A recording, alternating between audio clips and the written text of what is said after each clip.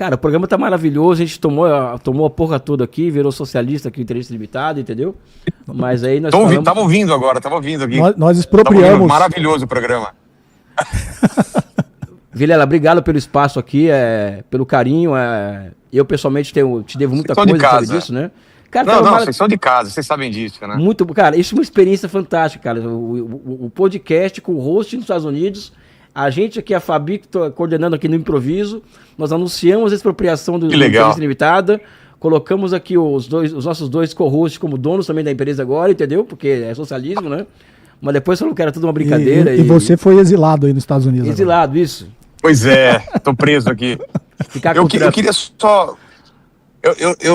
Desculpa interromper, vocês estavam numa discussão muito boa aí, mas só para colocar minha experiência, Elias, principalmente porque você morou lá também um tempo, e essa minha experiência da minha viagem, eu queria que vocês comentassem também a minha percepção de lá, e aí eu entrego a palavra para vocês de novo, que vocês estão conduzindo maravilhosamente bem aí. A minha percepção, eu não costumo tentar fazer uma opinião sobre um país que eu não conheço. Mesmo quando as pessoas vão ao meu programa e falam sobre ele, eu falo, um dia eu vou lá, vou tentar ter essa percepção, ver como é. E principalmente a China, que tem uma cultura tão diferente da gente, língua, comida e tudo mais. E Elias e Kobori, eu fiquei extremamente impressionado. Eu acho que eu já falei um pouco com Elias sobre isso, de ver que a gente realmente houve muita coisa que não faz parte da realidade ou que que acaba se comprovando diferente, né? Eu tinha uma ideia de uma coisa muito mais vigilante, né? Uma coisa difícil lá. Você consegue acessar a internet através do VPN, você tem liberdade de fazer live, de fazer filmagens lá. Eu vi um povo feliz, um povo acolhedor, muita comida boa, muita parte cultural assim absurda, a mistura da tecnologia de 10 anos à frente com o passado convivendo junto. Então, assim, eu tive uma experiência fantástica, uma das melhores viagens que eu fiz na minha vida e não vejo a hora de voltar lá. E Elias, você que ficou mais tempo do que eu lá, completando essa visão que eu tive, o que você tem para falar para mim? É isso mesmo? É porque eu era turista? Como que é? Eu sempre falo para as pessoas, Vilela, que não acreditam nesse tipo de relato. O Vilela foi lugar de turista. Ou o Elias é pró-chinês, ou está a serviço da China, recebe dinheiro da China. Tudo bem, não precisa acreditar nem em mim nem no Vilela. Você vai chegar na China, no aeroporto de Xangai, tá? E vai pegar o metrô em Xangai e vai até o terminal de trem, tá? Você escolhe um bilhete de passagem para qualquer cidade com mais de 500 quilômetros de distância de Pequim, tá? Você escolhe essa passagem, compra, pega esse trem e desce naquela cidade. Já é zona rural, praticamente, uma zona recém-urbanizada. É a mesma coisa. Não é impressão de turista.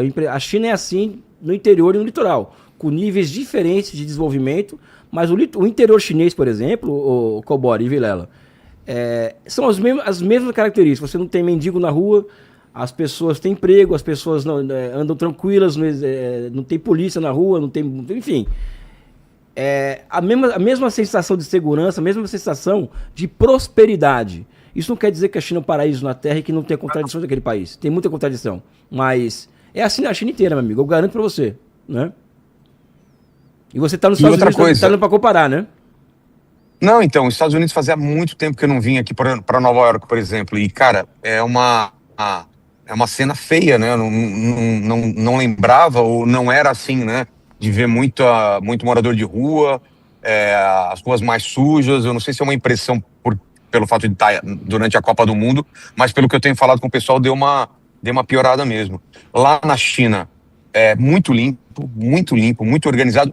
E uma coisa que eu achei interessante, Elias, as pessoas saem à noite na rua, parece que está toda a cidade na rua. A noite é muito vibrante, tanto em uma cidade como Beijing, mas em uma cidade mais ao interior, assim, as pessoas parece que vão para as praças, vão para as ruas e tem várias atividades acontecendo lá, e não era data especial, era dia de semana. Isso o que acontece lá? As pessoas não são muito de ficar vendo televisão em casa, elas vão para as ruas jantar, conviver. Como que é isso? Vilela, vou pedir pro Kobori falar também. Eu vou trazer uma visão que é muito particular, tal, é o socialismo, cara. Ou seja, um sistema que é capaz de ter um poder público, né, que está presente 24 horas por dia na vida das pessoas de forma invisível e protegendo essas pessoas.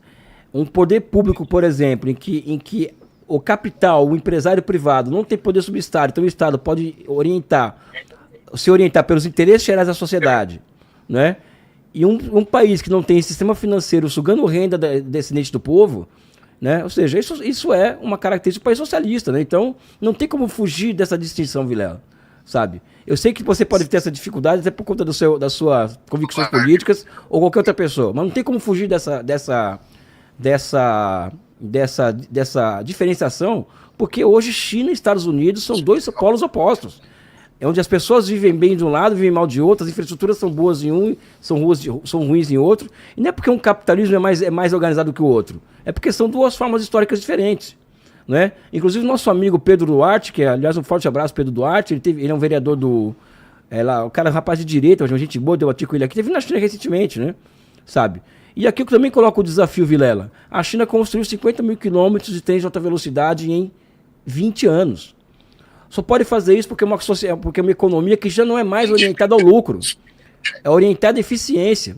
Né? Então, é ir no detalhe do que acontece, desse tipo de situação em que o país constrói 50 mil quilômetros de trens de alta velocidade. E por que o capitalismo não consegue entregar isso? Porque são duas economias cujas orientações são completamente distintas, né? E isso acaba se espelhando em cenas como a que você viu, por exemplo, nas pessoas saindo à noite, porque sair à noite na China é um programa. Em qualquer lugar da China, um programa sai à noite. É uma festa sair à noite, é um programão, sabe? Pegar namorada, família, porque sentar numa praça, conversar, ir num restaurante, sabe? É isso, eu acredito isso ao sucesso da Revolução de 1949 na China. Pode parecer estranho o que eu estou dizendo, mas é uma coisa no que eu acredito. Que eu queria, inclusive, aproveitar o Vilela e perguntar para o Vilela, né, que teve essa experiência, que eu lembro aqui, o Vilela recebe muita gente e nas vezes que pelo menos eu vim, e acho que eu estava junto com o Elias, uma discussão muito que sempre se coloca sobre a China era a liberdade, né, Vilela? Acho que da última vez que a gente falou de China era, lá sim, liberdade. Né? Então você tendo ido na China e agora, inclusive, estando nos Estados Unidos, você se sente mais livre ou não em um país ou outro?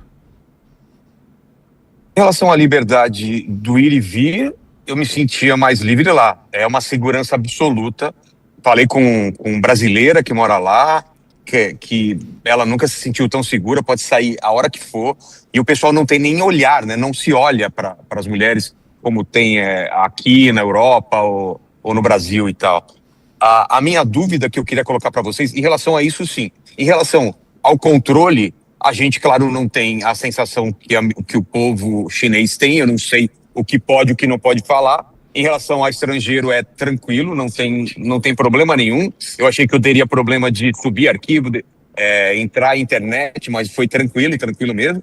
A parte de pagamento também é muito tranquilo. Você baixa um aplicativo, não sei nem se vocês já falaram sobre isso. E o ir e vir também é muito tranquilo. O que eu queria que o Elias e você explicasse é essa parte da economia. Até onde um empresário lá pode ganhar dinheiro, pode se tornar bilionário, ele pode... Até onde ele tem esse controle sobre a própria empresa, chega um ponto que, se não for do interesse do Estado, ele pode ser convencido a fazer outra coisa, a tomar outra decisão. Como funciona? Vilela, um dos pontos desse livro que eu lancei, Poder e Socialismo, que se trazer aqui, é exatamente esse. Na China você pode ficar rico, milionário, bilionário. Só que, desde que começou o bullying tecnológico dos Estados Unidos sobre a China teve que começar a concentrar suas energias nacionais no quê? Na construção de uma soberania tecnológica. Então, o setor privado do país foi convidado a se adequar a novas regras. E essas novas regras é o seguinte: o Jack Ma, por exemplo, ele não tem mais autorização para fazer joguinho como forma de ganhar dinheiro, e sim ele investir em infraestrutura de semicondutores para ajudar o país a alcançar os americanos nessa área que é tão sensível para os chineses. Então, todo grande empresário chinês, né, eles estão impedidos de ganhar dinheiro. Querem ganhar dinheiro, ok, tá tudo certo, desde que siga as orientações gerais do plano quinquenal, ou seja, o país quer alcançar autonomia tecnológica daqui a 10 anos. Então, o papel da sua empresa privada É você ganhar dinheiro, você ter lucro, mas também cumprir o seu papel para o país alcançar nossa autonomia tecnológica. Ou seja, o setor privado na China, ele é um ente, vamos dizer assim, uma concessão de Estado, diferente de outra coisa, tá, Vilela? É bom você saber disso. No Ocidente, a propriedade privada é sacralizada, desde a Revolução Industrial, com a lei de secamentos. Só que no Oriente, na China em particular, a propriedade privada é uma concessão do Estado. Então são duas formas históricas diferentes de propriedade privada. E isso tem consequência direta na relação entre Estado e empresário na China, por exemplo. Né? Em que o empresário ele pode fazer o que ele bem entende, desde que ele faça o que o Estado queira que ele faça. É simples assim. Só complementando o que o Elias falou, o Elias lembrou bem do Jack Ma, e eu sempre olho aquilo que ocorreu com o Jack Ma sobre o outro ponto de vista. Né? Quando ele, teoricamente, tinha sumido, aí disseram que o Estado chinês tinha sequestrado ele, que ele estava preso ou que ele teria sido morto. E aí virou sempre com esse viés, né, de que lá não se tem liberdade, que se você ficar bilionário você vai ser assassinado pelo Estado, todo isso. E de repente, depois de um tempo, ele apareceu lá, todo sorridente, inclusive fazendo parte do conselho que o governo forma com os empresários, né, os grandes empresários. E a leitura que eu fiz na época é o seguinte: lá exatamente acontece o que não deveria acontecer aqui ou nos países capitalistas, né, do poder econômico se transformar em poder político. Quando o Jack Ma começou a ir na imprensa e achar que o fato dele ter poder econômico, ele ia interferir na política do país, ele recebeu um recado que falou que, na realidade, o poder político é do Estado. Você pode até ter um certo poder econômico, e que, inclusive, você só tem o poder econômico por uma concessão do Estado, como disse o Elias. Né? Então, as empresas, os milionários, os bilionários, eles podem até ter empresas, ter lucro, como o Elias falou há um tempo atrás. O Partido Comunista Chinês tem um assento no Conselho de Administração dessas empresas, justamente para dizer que lembrar a empresa que ela é uma concessão do Estado e que ela pode ter lucro desde que ela atue estrategicamente nos objetivos de médio e longo prazo do país. Né? Como disse o Elisa, o objetivo de médio e longo prazo do país é fazer joguinho? Não é. Então não é nisso que você vai investir. Né? Você vai investir naquilo que a gente tem como planejamento, porque o planejamento estatal na China visa o bem-estar de toda a sociedade, né? Não da classe de milionários e bilionários. Então esse episódio de Jack Ma, na realidade, para mim, eu vejo só pelo lado positivo, né? O lado de que, você pode ser bilionário, você pode ganhar dinheiro, mas o poder político não é da empresa, o poder político é do Estado. Porque aquela história... Cobori, Elias, só aproveitar enquanto minha conexão ainda tá boa, uma questão que eu não sei se isso está sendo divulgado né, por vários influenciadores, eu não sei até que ponto é verdade, me parece que é verdade, mas, por exemplo, parece que o governo chinês derrubou vários perfis de chineses que ostentavam nas redes sociais. Você está sabendo disso? 60 mil perfis. Isso. Então é verdade. E outra coisa era que eles também estão fazendo uma campanha para os jovens, principalmente os homens, se alistarem mais, ter uma coisa mais masculina, porque muita aquela coisa do K-pop, do andrógeno e tal, de incentivar o jovem a ser mais masculino, a servir o exército e tal. O que tem de verdade disso e até que ponto isso é uma coisa que eles não ligam de derrubar perfil, não, é uma estratégia do governo e tal, realmente eu não quero que ostente, mostre produtos caros. Por que o governo faz isso? Qual é o intuito dele? Eu acho que eles olham para os Estados Unidos, olham para o Brasil, o que esse tipo de atitude, de ostentação tem levado à sociedade. Não é somente isso. Na China, hoje no Brasil está se discutindo essa questão da pornografia na internet. E o papel que a pornografia tem na formação desses jovens que estão estuprando mulheres aí, red pill, etc. Né? Na China a pornografia é proibida. Né? A China tem... Os jovens estão já começando a ter limite para que os jovens tenham acesso à rede social na China. Na Inglaterra tem uma lei de 16 anos de idade que tem acesso à rede social. O que acontece é que essa questão da masculinização das pessoas, eu já ouvi falar muito disso. Então não posso não tenho opinião formada sobre isso, mas o que eu posso dizer é que, no geral, eles estão buscando proteger a sociedade chinesa de todas as contradições e mazelas espirituais que está cometendo, por exemplo, as sociedades ocidentais. São sociedades altamente decadentes do ponto de vista moral, inclusive. As sociedades do norte global, que são as ocidentais, e nossa do sul global, como o Brasil. Então o que a China olha, eles observam o mundo e vê o que está dando certo, está dando errado para a sociedade, e vai tomar as medidas que eles acham que vão tomar. As pessoas ficam chocadas com isso, por derrubar perfil da ostentação. Pessoal, alguém em sã consciência acha que que é a liberdade de expressão, a pessoa ficar ostentando na internet e criando uma cultura de concorrencial, uma cultura ultra individualista para a sociedade, é bom para a sociedade isso? Essa liberdade que a pessoa tem de fazer isso, de ostentar milhões e milhões e milhões, em um país como o nosso, que tem mais tem milhões de pessoas fora do game, do consumo, é bom para a sociedade isso? Isso é liberdade. Até que ponto que isso é liberdade de expressão de fato ou é outro tipo de liberdade? E a gente tem que lembrar sempre, Elias, que acho que eu já até falei com o Vilela aqui também, existe uma diferença muito grande entre o Oriente e o Ocidente, né? E a China, ela tem uma base filosófica do confucionismo, do taoísmo, né? E o confucionismo, ele prega harmonia e coesão social. Então, assim, tudo que vá contra, né, essa base filosófica de que a sociedade tem que viver em harmonia, e no caso a ostentação vai contra isso, o Estado vai tomar uma ação para que isso seja coibido, entendeu? Porque isso, na realidade, o Oriente tentando copiar costumes ocidentais. A ostentação é uma coisa ocidental, né? De você querer ser melhor do que seu vizinho, você comprou o carro melhor, aí você vai lá e vai ostentar. Aqui no Brasil, inclusive, o cara melhorou de vida, ele compra um Porsche, né? A gente tem um problema sério aqui em São Paulo, que toda semana tem um acidente de Porsche aqui, né? Acho que a Porsche deveria fazer um rebrand aqui em São Paulo. Então isso é uma coisa muito ocidental, que para o oriental isso não é compatível com o que eles pregam para a sociedade como forma de harmonia, né? A China teve toda a ascensão econômica, permitiu todo esse sucesso, né? O lucro, criar classes de milionários, bilionários, mas tudo isso tem um limite. Eu acho que a China está começando a fazer um freio de arrumação, inclusive ao não permitir as redes sociais das Big Techs entrar aí e ter suas próprias, já tinha essa intenção, né? De você não ser contaminado pela cultura ocidental, pelo que ela tem de ruim. Eu lembro, inclusive, o Lides deve conhecer, que o rapaz, ele até faz parte do Politburo, né, o Yang Hunin. Ele tem um livro que eu acho que, Vilela, já até citei aqui num programa seu, que chama America Against America, né, América contra América. Então eles mostram que eles têm coisas na cultura ocidental, no caso dos Estados Unidos, que eles admiram, mas eles também têm as coisas que eles acham que é o que joga contra o próprio Ocidente, né, na cultura ocidental. E esse livro dele, e ele faz parte do Politburo, até uma pessoa que é um intelectual acadêmico que eu acho que não teve uma carreira política, né?